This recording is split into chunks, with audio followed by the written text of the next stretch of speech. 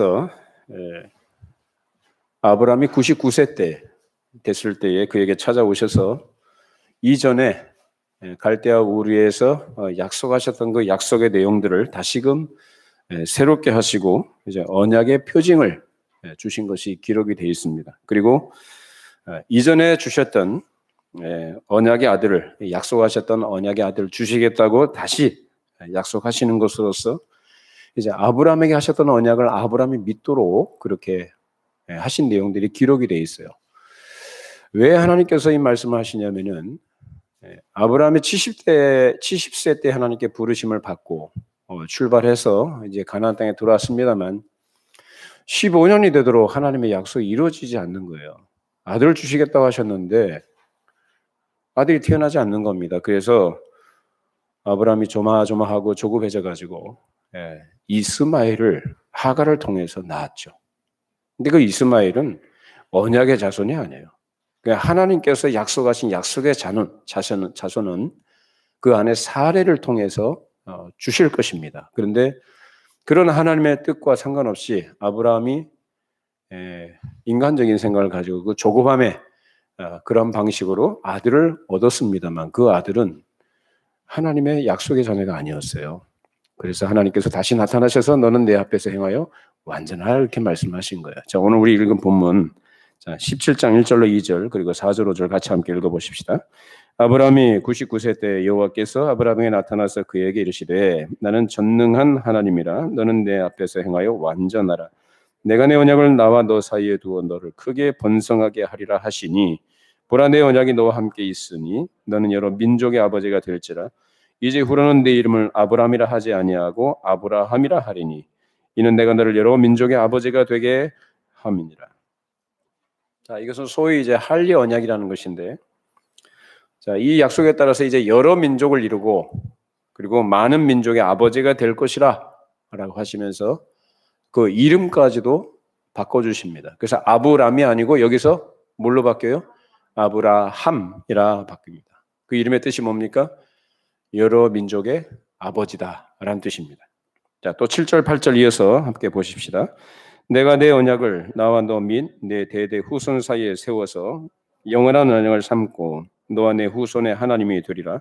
내가 너와 내 후손에게 내가 거류하는 이 땅 곧 가나안 온 땅을 주어 영원한 기업이 되게 하고 나는 그들의 하나님이 되리라. 자, 이것이 하나님의 언약이에요.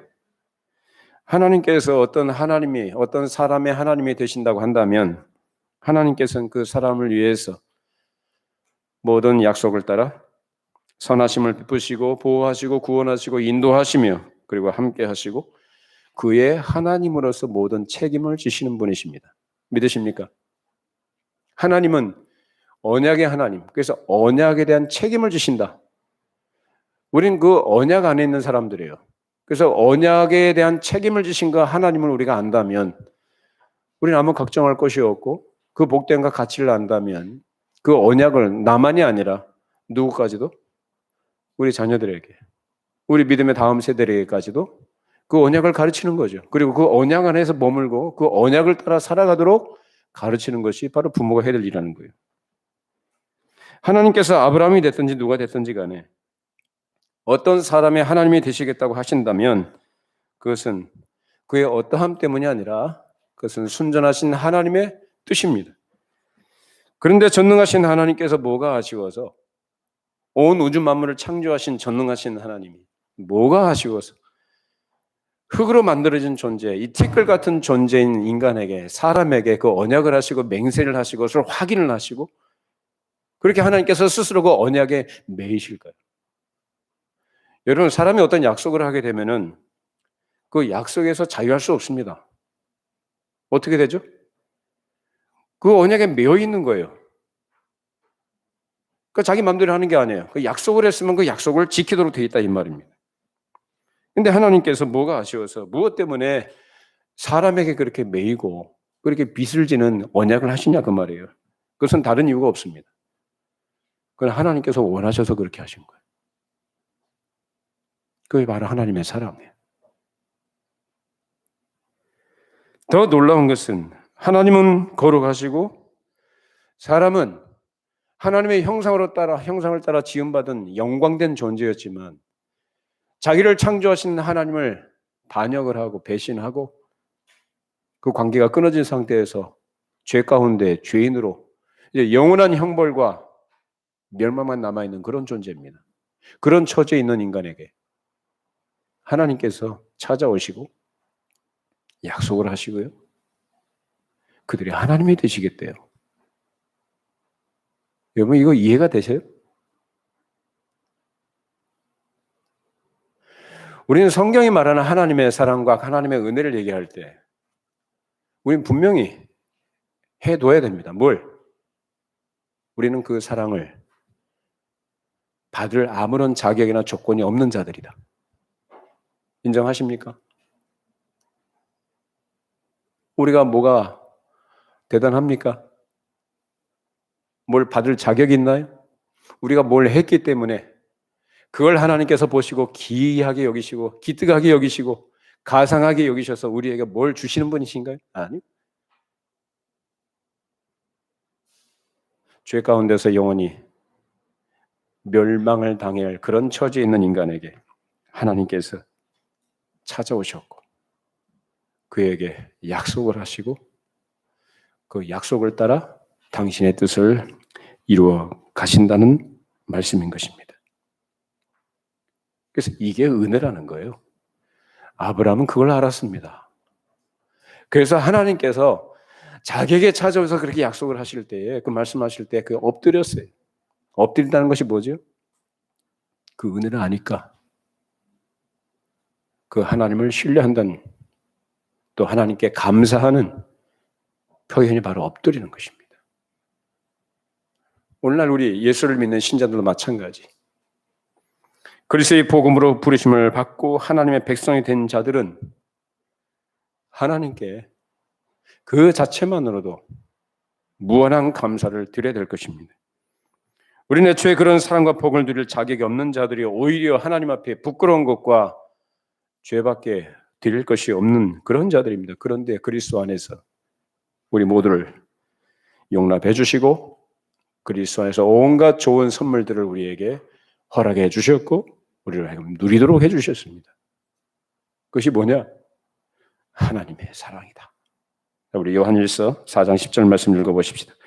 사랑은 여기 있으니 우리가 하나님을 사랑한 것이 아니요 하나님이 우리를 사랑하사 우리 죄를 속하기 위하여 화목제물로 그 아들을 보내셨습니다. 우리가 하나님을 사랑한 게 아니라 누가 사랑했다고? 하나님께서 우리를 사랑하셨다. 아무런 자격과 조건 어떤 것도 갖추지 못한 우리들 오히려 하나님을 배신하고 죄덩어리인 우리 죄만 짓고 하나님의 은혜 안에서 살아가면서 그 은혜를 잊어버릴 때가 부지기수인 우리들을 하나님께서는 내치거나 버려두지 아니하시고 우리를 한결같은 은혜로 대접해 주시더라 그 말이에요. 무엇 때문에요? 언약. 언약입니다. 약속하신 거예요. 하나님이 하나님이시다. 인간의 어떤 때문이 아니라 하나님의 하나님 되심 때문에 우리를 그렇게 변함없이 한결같이 우리를 대접해 주신다는 거예요. 이것이 바로 성경이 가르치는 하나님의 사랑이에요. 아브라함에게도 마찬가지입니다. 아브라함이 어떤 사람이었습니까? 아브라함이 훌륭한 믿음의 사람이었나요? 정말로 하나님만 의지하고 하나님만 따라가고 하나님께만 순종하고 그 하나님의 걸어가신 영광만을 바라고 그것을 위해서 살아갔던 사람입니까? 우리는 아브라함의 생애를 우리는 살펴봤었습니다. 근데 아브라함은 애초부터 그런 자가 아니었어요. 우상을 만들어서 먹고 사는 집안에서 그런 문화 속에서 그런 환경 속에서 살던 사람. 그런 그에게 하나님이 찾아오셨다. 왜요? 그게 하나님의 뜻이었다. 그게 하나님의 선하신 뜻이었다. 그에게 하나님께서 자기 자신을 나타내 주시고 말씀하시고 이끌어 주시고 그로 하여금 믿음의 조상이 되도록 만들어 주셨습니다. 오늘 다시 하나님께서 아브라함이 99세 때 찾아오셨고 은혜를 베푸시고 사랑을 나타내신 것은 첫 번째로 언약을 새롭게 하신 거예요. 언제 언약하셨습니까? 아브라함이 몇 살 때? 75세 때. 하나님께서 찾아 언약을 하셨던 것을 다시 새롭게 하신 것이고, 두 번째로 언약의 표라는 것을 주셔서, 언약의 표가 뭐냐? 할례라는 거예요. 그 언약의 표를 주셔서 그 사랑을 보다 확실하게 하신 것이고, 또 약속하셨던 그 이삭을 낳을 것을 재차 약속하신 것으로 분명히 해 주셨습니다. 자, 아브라함이 지금 나이가 몇 살입니까? 99세입니다. 사라는요? 89세. 이런 나이 많고 늙은 이들에게 무슨 아들이 태어나겠어요? 도무지 바랄 수 없는 그런 상황 속에 오히려 이들은 포기를 했죠. 내가 이게 나이가 들어 어떻게 되겠나. 그래서 아브라함은 하나님의 약속을 믿기보다도 어떻게 했느냐? 딴 생각을 품었다 이거예요. 딴 생각을 품었었어요. 그래서 나중에 하나님께서 이삭을 약속하셨을 때에도 나중에 뒤에 18절에 보시면은 이스마엘이나 살기를 원합니다. 라고 그렇게 했습니다. 이것이 솔직한 그의 마음이었어요. 그래서 아들을 낳을 것이라고 하니까 아브라함이 웃었어요. 처음에는. 기가 막힌 거죠. 말도 안 되는 거. 내가 이 꼴 이 모양인데 어떻게 아들을 낳느냐. 그냥 하나님 그냥 먼저 태어난 이스마엘이나 그냥 살게 해주시고 이 이스마엘을 통해서 그냥 우리 후손이 번식하게 해주십시오라고 했던 거죠. 그러나 후에 아브라함은 하나님의 말씀을 믿고 바랄 수 없는 것을 바라게 됐습니다. 자, 여기에서 이제 할례 언약이 나오게 되는데 하나님께서 아브라함의 언약을 하시고 하나님의 백성된 표로 주신 것이 할례입니다. 이 할례는 하나님의 백성된 표는 아브라함의 행위를 보신 것도 아니고 그의 자격을 고려하신 것도 아니고 오직 하나님께서 기뻐하시는 뜻으로 은혜로 하신 것입니다. 자, 그렇게 은혜로 하신 것이라고 한다면 그의 자손에게도 동일하게 은혜로 하시는 줄로 믿습니다. 아무 자격 없는 자, 조건 없는 자에게 아무것도 되지 못한 자에게 하나님께서 그 은혜를 주셨다면 그런 사람으로부터 태어난 자손에게도 하나님께서 은혜를 주시고 하나님의 백성으로 삼아 표를 주시는 것 역시 은혜로우신 하나님의 하나님 되심을 나타내는 것입니다. 창세기 17장 10절로 12절까지 읽어보십시다. 너희 중 남자는 다 할례를 받으라. 이것이 나와 너희와 너희 후손 사이에 지킬 내 언약이니라. 너희는 포피를 배워라. 이것이 나와 너희 사이의 언약의 표징이니라. 너희의 대대로 모든 남자는 집에서 난 자나 또는 너희 자손이 아니라 이방 사람에게서 돈으로 산 자를 막론하고 난 지 8일 만에 할례를 받을 것이라. 할례는 어린 아기의 남자 아기의 이 성기 끝에 요즘 말로 하면 이제 포경 수술이죠. 그 포피를 잘라내는 거예요. 그것이 무슨 표라고요? 하나님의 백성된 표라고요. 근데 이 할례라는 것이 하나님의 언약 백성된 표로 주신 것이 어떤 자격이나 됨됨에 근거하지 않는다는 것. 무슨 말이냐면 아브라함의 자손이 아직 나지도 않았고 무슨 선이나 악을 행하지 않은 때에 그에게 은혜를 베푸시고 하나님의 백성을 삼으시고 하나님의 백성된 표를 주라고 하신 거거든요. 누구에게? 아직 나지 않은 누구에게? 그 후손들에게 그렇게 하라고 말씀하신 거예요. 하나님의 사랑이 바로 이것입니다. 우리가 먼저 하나님을 사랑한 것이 아니라 하나님께서 먼저 사랑하셨다. 그리고 그 사랑 안에 살고 그 언약이 무엇인지 알고 그 언약 안에 거하면서 복을 누리는 것이 사람이 누릴 수 있는 최고의 복인 것입니다. 바로 이 복이 이제 아브라함을 비롯해서 그 후손들에게까지 이어지게 됩니다. 자, 사람이 세상에 나올 때는 부모를 통해서 태어나고 부모를 통해서 양육을 받습니다. 그리고 저 부모님을 통해 가르침을 받고 한 사회를 구성하는 하나의 인격체로 생활하게 됩니다. 이것이 누구를 통해서요? 부모를 통해서라는 거예요. 이처럼 한 사람의 인격체로서 한 구성원으로 살아가게 되는 것이 부모를 통해서인 것처럼 무엇도요? 복도 마찬가지다. 복도 부모를 통해서 주고받게 되는 것입니다. 그래서 하나님께서는 부모를 통해서 대를 이어받게 하시고 그 언약도 이어받게 하신 겁니다. 자, 그러나 죄가 있는 이 세상에서는 아브라함의 복도 자동으로 혈통을 따라 내려가지 않고 하나님의 택하심을 따라 되는 것이고 언약의 전수도 혈통을 근거로 하되 무엇을 따라 되는 것인가? 믿음을 따라 되는 것입니다. 그래서 아브라함의 집안에서도 아브라함의 육신의 피를 이어받긴 했지만 이스마엘은 그 언약의 자손이 됩니까? 아니죠. 집에서 나갑니다. 그래서 집에서 나간 사람들이 누구냐? 오늘날 중동, 아랍 민족들이에요. 그 다음 때에 누가 또 나갑니까? 자, 이삭에게서 누가 태어나요? 에서와 야곱이 태어나죠? 거기서 누가 나갑니까? 에서가 나갑니다. 분명히 혈통적으로는 아브라함의 아들이에요. 아브라함의 후손이에요. 그런데 누군 나가요? 에서는 나가고 누가 남아요? 야곱이 남아요. 그 야곱으로부터 누가? 12아들이 태어나요. 그 12아들을 통해서 하나님께서는 한 민족을 이루게 하시고 기틀을 만들게 하시고 거기서 번성하게 하시고 하나님의 언약이 이루어져 가는 일에 그렇게 역사하셨습니다. 반면에 피를 받지 않은 종이나 이방인들, 아브라함의 피를 이어받았지만 하나님의 택하심을 따라 되지 않는 사람들은 다 나가요. 그러나 반면에 아브라함의 피를 받지 않은 자들 누구요? 그 집안의 종. 또 돈으로 산 사람들이든지 종이든지 무엇을 받으면 하나님을 믿고 아브라함의 언약을 아브라함에게 주신 그 언약을 믿고 할 일을 받으면 누가 되는 거예요? 하나님의 백성이 되는 것입니다. 이게 뭐냐? 결국 은혜를 따라 되는 것이고 믿음을 따라 되는 거예요.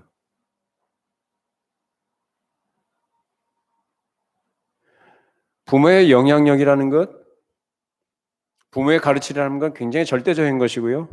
지대한 것이죠. 근데 하나님의 선택이 아니면 혈통적으로 그 집에서 태어나도 아브라함의 복을 받지 못한다.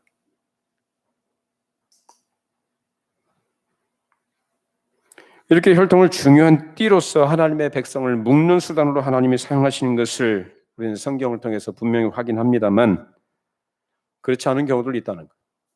아브라함, 이삭, 야곱 이런 사람들 이들이 하나님의 경륜을 이루는데 큰 몫을 했고 모세, 사무엘 그리고 다윗 그리고 선지자들과 사도들까지도 다 아브라함의 피를 다 이어받은 사람들이에요. 어떤 사람이 믿게 돼서 신앙의 유대가 생기게 되면 그것이 의미 있고 다른 어떤 관계보다도 우선적인 것이 되는데 혈통으로나 다른 관계로 인해서 가까운 것이 있다면 이제 거기에 더해져서 그 관계가 더 깊어지고 유대가 강화되는 것은 사실이에요.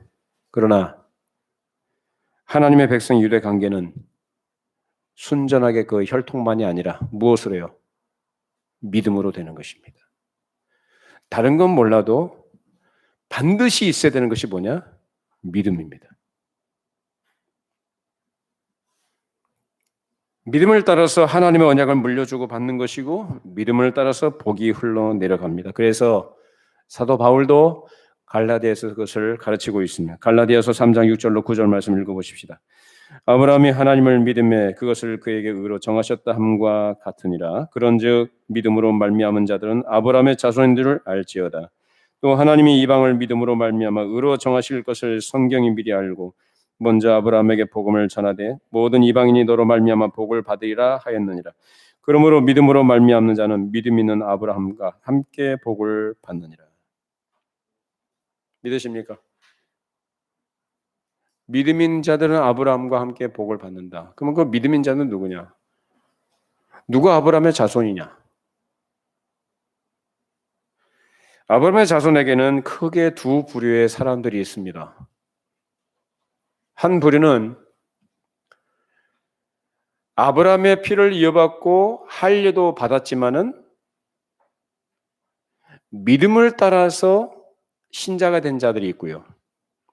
한 부류는 아브라함의 혈통을 받지 않고 할례도 받지 않았지만 역시 무엇을요?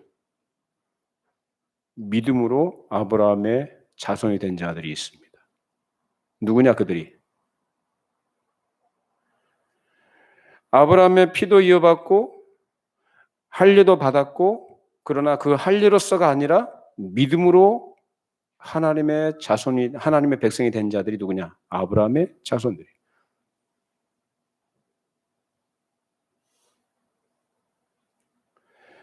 예수님 당시 이스라엘 백성들 가운데도 그런 사람들이 있었죠. 아브라함의 혈통을 받았고 할례도 받았지만은 그것으로서가 아니라 믿음으로 하나님의 백성으로 아브라함의 자손으로 산 사람들이 있고, 아브라함의 피를 받지 않고 할례도 받지 않았지만 아브라함의 자손이 된 자들이 있었다. 누구냐? 믿는 자들이에요. 예수 믿는 자들이 아브라함의 자손입니다. 하나님의 언약의 복음을 믿고 하나님의 백성이 된 자들이 아브라함의 자손입니다. 그런 사람들이 오늘날까지 수천 년 동안 이 땅에서 살아왔고 살다 갔고 지금도 마찬가지로 살고 있습니다. 저와 여러분들이 아브라함의 자손입니다. 언약 백성입니다. 하나님께서 아브라함에게 언약하신 사실은 그야말로 크고 놀라운 사랑으로 하신 것이고 지극히 풍성한 은혜를 베푸신 것이고 우리 주 예수 그리스도로 말미암아 구원을 베푸시는 언약인 것입니다. 그러므로 이렇게 큰 은혜를 주시고 특권을 주셨다고 한다면 그것을 받은 자 누구죠? 우리들입니다. 우리들에게 뭐가 주어집니까? 의무가 주어집니다.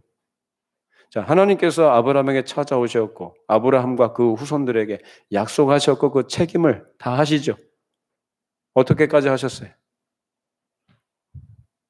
아브라함 당대뿐만 아니라 그 이후의 역사 속에서 하나님께서 그 언약을 이루어 주셨고 누구를 보내셨어요?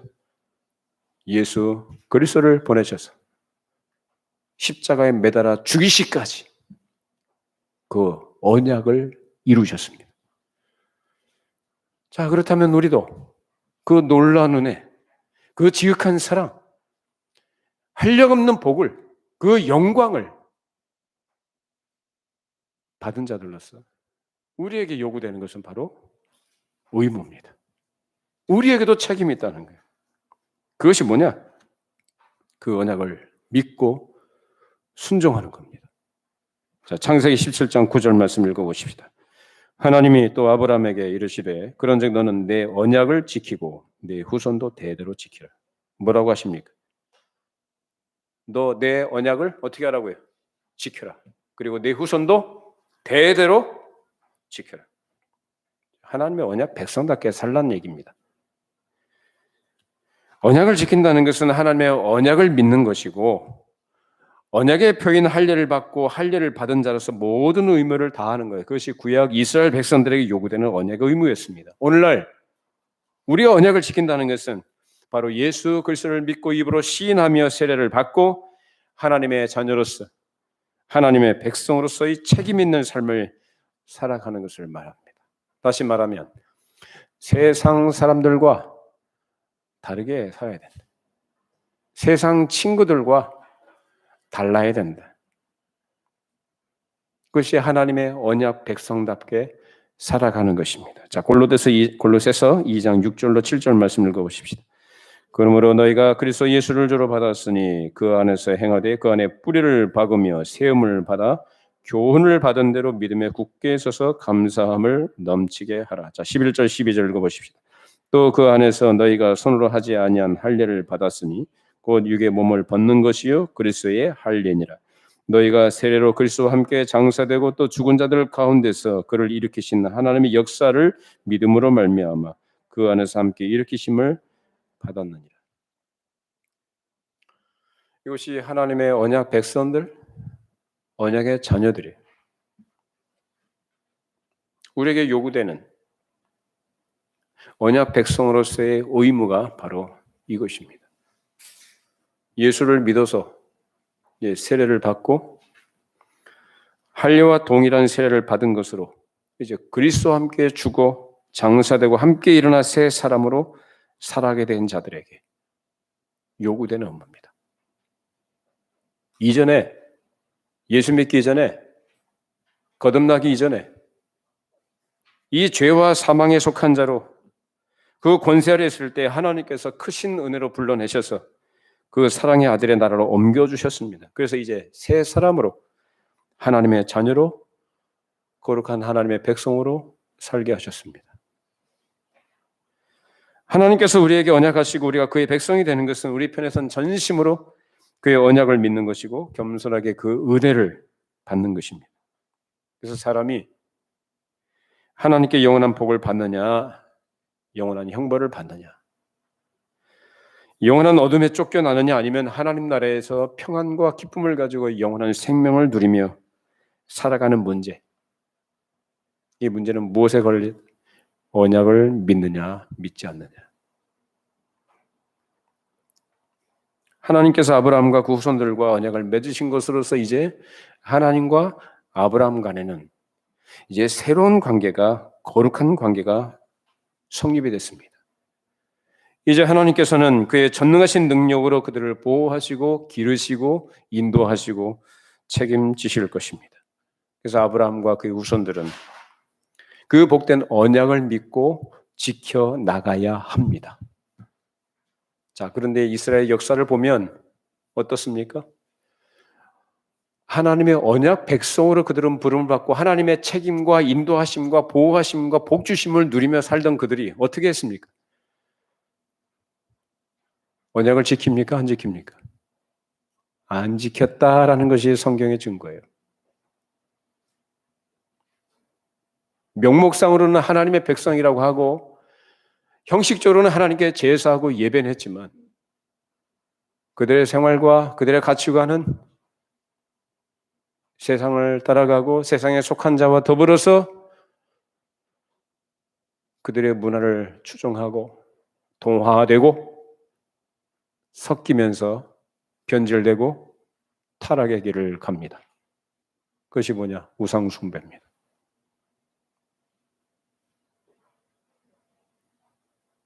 그래서 하나님께서 신명기의 약속과 더불어서 경고하신 바와 같이 그 땅에서 그들을 토해버리도록 하나님께서는 다루시게 됩니다. 축복의 땅, 젖과 꿀이 흐르는 복된 복지 가나안 땅에서 그들이 생명을 누리는 게 아니라 오히려 죽음을 맞이하게 됩니다. 하나님이 원하신 바는 그것이 아니었습니다. 영원토록 하나님의 백성으로서 하나님께서 주신 기업에서 하나님께서 주시는 복과 그 풍성함과 그 은혜를 누리기를 원하셨습니다. 그래서 하라는 것이 뭡니까? 언약을 믿고 그 언약을 지키며 살라는 거예요. 그것이 뭐예요? 세상과 다르게. 그것을 위해서 부모가 해야 될 일이 뭡니까? 먼저 그 언약이 뭔지를 알아야죠. 그 하나님의 언약과 그 은혜의 성격이 무엇인지를 깨닫고 겸손하게 늘 은혜를 구하면서 자기가 주인이 아니라 자기가 왕이 아니라 하나님의 주인 되신 하나님의 왕 되신 그것을 범사히 인정해 드리면서 하나님을 경외하는 자로 살아갈 때 자녀들이 그것을 봅니다. 물론 부모가 그렇게 신실하게 살아도 그렇지 않은 자녀들도 있고요. 부모가 신실하지 못해도 신실한 자녀들이 나오기도 합니다. 우리는 성경에서 수도 없이 그런 예를 많이 봅니다. 그러나 하나님의 언약을 받은 자들, 언약 안에 먼저 부름받은 부모들로서의 역할과 책임, 그것은 우리가 하나님 앞에서 충실하게 감당을 해야 된다는 것입니다. 사사기에 보면은 기드온이 미디안의 손에서 이스라엘 백성들을 구원하는 놀라운 일을 하게 됩니다. 300명을 가지고 13만 5천 명을 물리쳐요. 이스라엘 백성들이 해방을 얻습니다. 왕으로 삼으려고 했어요. 그런데 나 왕 아니다. 하나님이 너의 왕이다라고 얘기합니다. 그런데 그 제 실제 생활은 왕처럼 살았습니다. 백성들에서 금 귀고리를 다 받아가지고 그걸 가지고 에봇을 만들어서 백성들로 하여금 그것을 숭배하도록 했고 자기의 지배력, 자기의 왕권, 영향력을 강화하는 데 그것을 이용을 했습니다. 그리고 여러 아내들을 두어서 70명의 아들을 낳았어요. 그뿐만 아니라 율법에서 금지하고 있는 세겜 여인, 즉 이방 여인을 첩으로 맞아들여서 거기에서 아들을 하나 낳습니다. 아들이 모자라서 아들을 또 낳아요. 그 아들 이름이 아비멜렉이에요. 아비멜렉, 그 이름의 뜻은 내 아버지는 왕이시다예요. 기도는 겉으로는 내가 왕이 아니라 하나님이 너의 왕이다. 내가 너를 다스리지 않을 것이라고 했지만은 실질적으로 그들은 왕의 의식을 갖고 있었고 세상의 여러 이방 나라의 왕처럼 그렇게 살았던 사람이에요. 그 아비멜렉이 자라서 자기 아버지와 똑같은 짓을 합니다. 뭘 보고 배웠겠어요? 자의 정치적인 야망을 이루기 위해서 수술 동원을 하고 하나님의 이름까지도 그렇게 팔아서 그렇게 했던 그 아버지를 보고 아비멜렉도 그 아버지를 따라갑니다. 우리는 사무엘을 압니다. 그 어머니 한나의 기도로 나왔고 어머니의 기도와 양육으로 하나님께 귀하게 쓰임받았던 그 인생이 되었음을 우리 압니다. 우리는 우리 자녀들이 어떻게 앞으로 인생을 살아갈지 하나님의 언약 백성으로서 그 언약 안에 머물고 그 언약의 복을 누리게 되는 자가 될지 아니면 언약과 상관없이 살아가게 될지는 우리는 몰라요. 그러나 우리는 부모로서 또 앞서 먼저 받은 은혜를 입은 자들로서 하나님의 언약을 알고 그 언약을 따라 살아가는 자의 책임과 의무, 이 신성한 의무를 다해야 합니다. 우리 자녀들이 아직 말씀이 뭔지도 모르고 은혜가 뭔지도 모르고 언약이 뭔지도 모르고 믿는다는 게 뭔지도 모르고 도대체 왜 예수를 믿어야 되고 왜 기독교라는 신앙을 가져야 되는지 아직 이해를 못할지라도 부모가 안다면 그래서 거듭난 사람이라면 그게 중요하겠죠. 거듭나지 않았는데 어떻게 언약을 가르치겠고 어떻게 언약 백성으로 살아가도록 그렇게 요구하겠어요.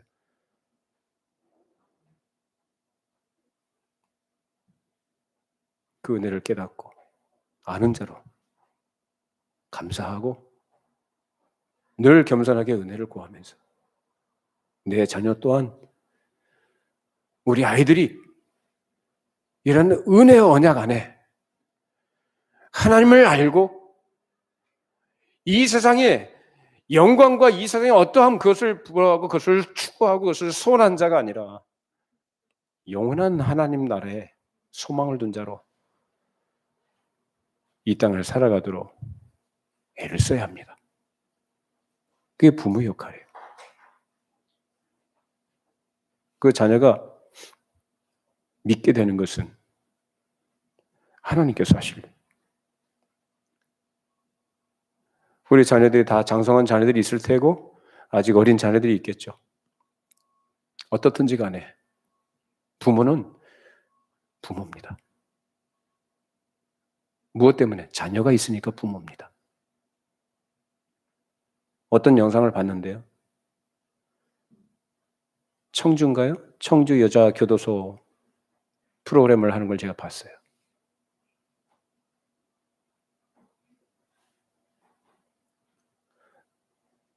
어떤 불의의 사건을 저질러서 감옥에 들어오게 된 분들이 참 많던데 젊은 아가씨부터 80 노인까지 감옥에 들어와서 10몇 년을 복역을 한 딸을 면회하러 온 부모가 있더라고요. 그래서 딸은 40대가 됐어요. 감옥 안에서 그렇게 10몇 년을 살았던 거예요. 그때 면회하던 아버지가 이제 나이 들어서 힘도 없으신 그분이 한 말씀 하시더라고요. 그걸 취재하는 사람한테 인터뷰하면서. 부모라는 사람의 책임의 한계가 어디까지인가?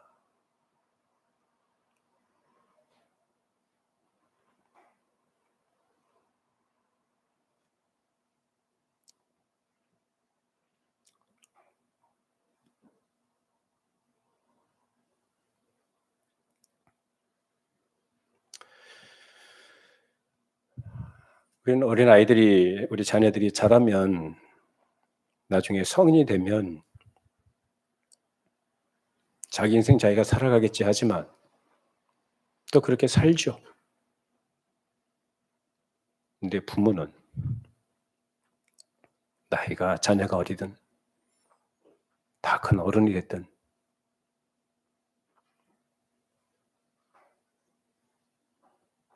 책임이라는 성격은 조금 달라지겠지만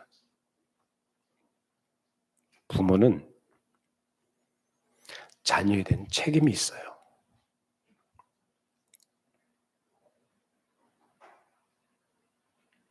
결혼하면은 부모 자식의 관계가 끊어지나요? 결혼해서 애 낳고 그러면 손주 보면은 신경 안 씁니까? 밥이나 제대로 먹고 있나? 어디 가서 사고 났나 하나? 연락도 없고 아무 소식이 없으면 궁금해지고 다 큰 자식이라도 어디가 아프다고 하면 부모 마음이 아픈 것이고 그런 거예요.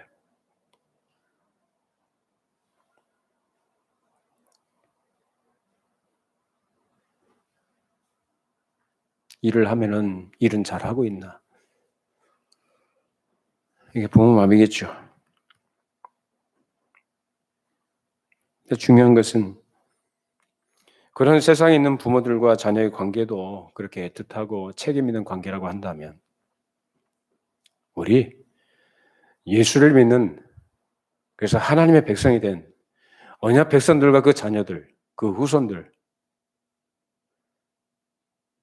그 관계가 사실상 그런 것보다 그걸 다 뛰어넘어서서 더 엄중하고 더 복되고 영광되다는 것을 놓치시면 안 됩니다.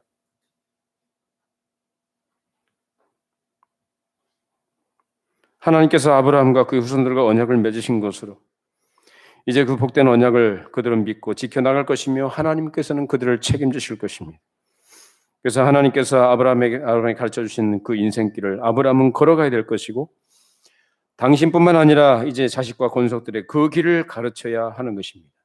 그래서 하나님께서는 아브라함의 자손과 권속들에게 소돔과 고모라에 내리신 유황불로 다 태워서 멸망시키셨던 그 사건을 아브라함에게 보여주시는 것으로서 하나님 앞에 죄를 짓는다는 것이 하나님의 뜻을 거슬러서 살아가는 것, 죄악된 삶이 얼마나 비참한 것인지, 그 죄의 결과가 어떠한 것인지를 생생하게 보고 깨닫게 하셨습니다. 그리고 그것을 그 자녀들에게, 후손들에게 가르치도록 하셨습니다. 그래서 아브라함으로부터 시작해서 그 후손인 하나님의 백성은 먼저 자기가 하나님의 백성으로서 하나님을 믿고 사랑하고 백성된 본분을 다할 것이요, 또 자녀를 가르쳐서 하나님을 믿고 사랑하도록 해야 할 것을 철저하게 그들은 교육을 받았습니다. 그것이 구약의 이스라엘 백성들 가운데 있는 역사입니다. 신명기 6장 4절로 9절 읽어보십시다. 이스라엘아 들으라, 우리 하나님 여호와는 오직 유일한 여호와이시니 너는 마음을 다하고 뜻을 다하고 힘을 다하여 네 하나님 여호와를 사랑하라. 오늘 내가 네게 명하는 이 말씀을 너는 마음에 새기고 네 자녀에게 부지런히 가르치며 집에 앉았을 때든지 길을 갈 때든지 누워 있을 때든지 일어날 때든지 이 말씀을 강론할 것이며 너는 또 그것을 내 손목에 메어 기호를 삼으며 내 미간에 붙여 표로 삼고 또 내 집 문설주와 바깥문에 기록할지니라. 모세가 신신당부한 설교입니다. 하나님께서 아브라함에 약속하셨던 대로 이스라엘 백성들이 굉장히 많아졌어요. 애굽에서 그렇게 많이 번성해서 이제 애굽에서 탈출해가지고 이제 하나님께서 약속하신 그 가나안 땅에 들어가기 전에 모압 평지에서 설교한 내용, 중요한 내용이 이스라엘아들아 쉐마. 여기서 강조한 게 뭡니까? 마음을 다하고 뜻을 다하고 모든 것을 다해서 누구를 사랑하라고요? 하나님을 사랑해요. 말씀을 가르치고 강론해라. 그래서 하나님의 백성으로서 대대로 죄악을 멀리하고 하나님의 교훈을 바르게 배워서 거룩한 백성으로 살고 자녀들에게 믿음을 전해주고 그 자녀 또한 거룩한 하나님의 백성이 되도록 하라라는 말씀인 것입니다. 우리 하나님께서는 이제 아브라함에 약속하셨던 그 약속의 땅, 가나안 땅은 상징적인 의미에서 가는 땅이고 궁극적으로 우리에게 주실 나라는 영원한 나라인 줄로 믿습니다. 그것이 바로 새 하늘과 새 땅이에요. 거기 누가 들어갑니까? 언약 백성들만 들어갑니다. 이것이 중요한 겁니다. 이 땅에서 먹고 사는 문제와 세상에서 성공하는 문제와 세상에서 무엇을 이루고 세상에서 무엇을 누리는 것이 아니라 아브라함의 복이라는 것은 바로 예수 그리스도를 통해서 우리에게 주신 구원의 복인 줄로 믿습니다. 구원받은 자들만이, 언약 백성들만이 하나님께서 약속하신 새 하늘과 새 땅에 들어가게 되는 것입니다. 하나님께서는 그것을 원하셔서 죄 가운데 있는 자들이 거기서 벗어나서 이제 새 하늘과 새 땅에서 영원토록 하나님의 영광과 하나님의 복 주심을 누리며 살기를 원하셔서 우리에게 그 언약을 주신 것입니다. 그럼 우리 부모된 사람들은 이런 하나님의 은혜를 깊이 깨닫고 우리 자녀들에게 신앙을 전수하기를 신성한 사명을 알고 힘써야 합니다. 그 무엇보다도 우리 대한민국이 사교육 때문에 망한다는 말을 많이 하는데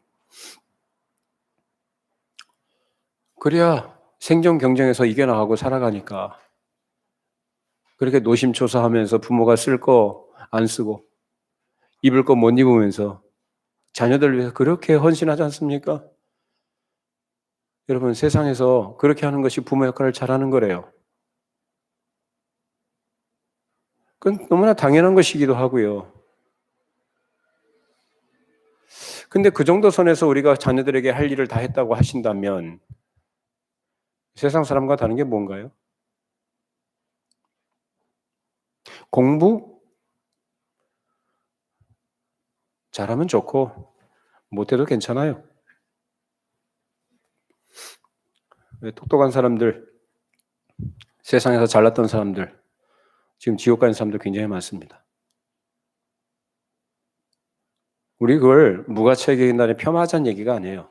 다 귀한 것이고 우리가 열심히 해야 되는 것이고 성실하게 감당해야 될 부분들이긴 합니다. 그러나 우리 하나님께서 약속하신 것은 하나님께서 언약하신 내용은 그것이 아니고 영원한 것입니다.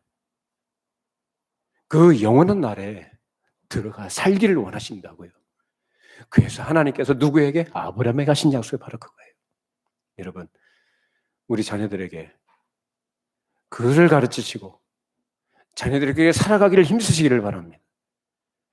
먼저 은혜를 받고 내가 구원을 받고 거듭난 하나님의 백성으로 내가 살아가는 것으로 만족하지 마시고 그것이 정말로 귀하고 그것이 감사하다면 그것이 복되고 영광된 것임을 내가 안다면 그것이 은혜로 주어진 것을 안다면 그래서 우리 자녀들도 이 은혜 언약에 참여한 자들로 살아가도록 힘쓰고 간절하게 기도하고 하나님의 은혜를 구하고 자녀들 앞에서 그렇게 그것이 최고의 가치다라는 것 그것이 가장 복된 것이고 포기할 수 없고 양보할 수 없는 복이다라는 것을 내가 그걸 내 생활 속에서 내가 인생을 살아가는 그 가치관을 통해서 우리 자녀들에게 증거할 수 있어야 되고 그래서 어떤 것과도 바꿀 수 없는 포기할 수 없는 가장 중요한 것임을 자녀들이 알도록, 그것도 인정하도록, 그것을 수용하고 반응하고 따라올 수 있도록,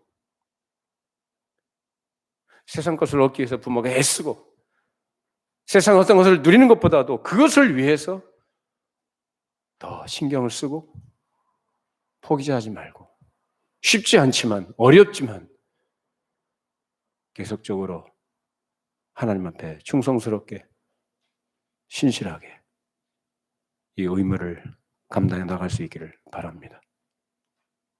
그것이 여러분들에게 영광입니다. 그것이 여러분들에게는 복입니다. 그것이 여러분들에게 하나님께서 주시는 은혜입니다. 아브라함이 우리 조상입니다. 믿음의 조상이라고 그래요. 여러 민족의 아버지래요. 그 사람의 믿음이 좋아서 그렇게 된 게 아니고, 믿음의 조상이라는 것, 은혜를 입은 자의 대표로서 믿음의 조상입니다. 저와 여러분들이 그 아브라함과 동일한 복을 받은 줄로 믿습니다. 그 은혜 안에서 우리 자녀들도 그 하나님의 언약 백성으로 우리의 동일한 믿음 안에서 우리 하나님에 들어가기까지 이 땅에서 주의 말씀을 따르는, 그 말씀을 지키고 살아가는 복된 생애들이 될 수 있도록 기도하시고 힘써 주시기를 바랍니다. 기도하십시다. 걸어가신 하나님 아버지, 오늘 주께서 아브라함에게 약속하신 그 언약의 내용으로 우리의 자녀들을 어떻게 하나님의 사람으로, 하나님의 자녀로 이들이 살아가도록 부모 역할을 해야 되는가 한번 생각해 보았습니다. 우리에게 다시금 우리의 무뎌진 마음이 다시금 주의 말씀으로 새롭게 주 앞에 서게 해주시고, 우리의 마음과 우리의 생각이 다시금 하나님을 향해 더욱더 간절해지도록 우리 자녀들에게 가장 귀한 신앙의 유산을 물려줄 수 있는 복 있는 부모들을 되게 해주시고, 그 사명과 의무를, 신성한 의무를 신실하게 감당해 나갈 때 주께서 부모들을 축복하시고 자녀들을 축복하시며 이들의 가정이 복되게 하여 주시고, 이 땅에 하나님의 나라가 이런 가정들을 통해서 더욱더 증거되고 이루어져 가도록 성령께서 역사해 주시옵소서. 때때로 지치고 낙심하고 좌절할 때가 있지만, 그러나 끝까지 포기하지 않도록 늘 하나님의 신실하심과 하나님의 전능하심을 믿고 의지하고 믿음으로 구하게 하시고, 주의 은혜를 구하며 겸손하게 주님 앞에서 하나님의 거룩한 백성으로 우리 모든 사람들이 살아가도록, 우리 가정들이 될 수 있도록, 우리 자녀들이 되도록 축복하여 주시옵소서. 예수님의 이름으로 기도합니다. 아멘. 자리에서 일어나시겠습니다. 635장 찬송 드리겠습니다.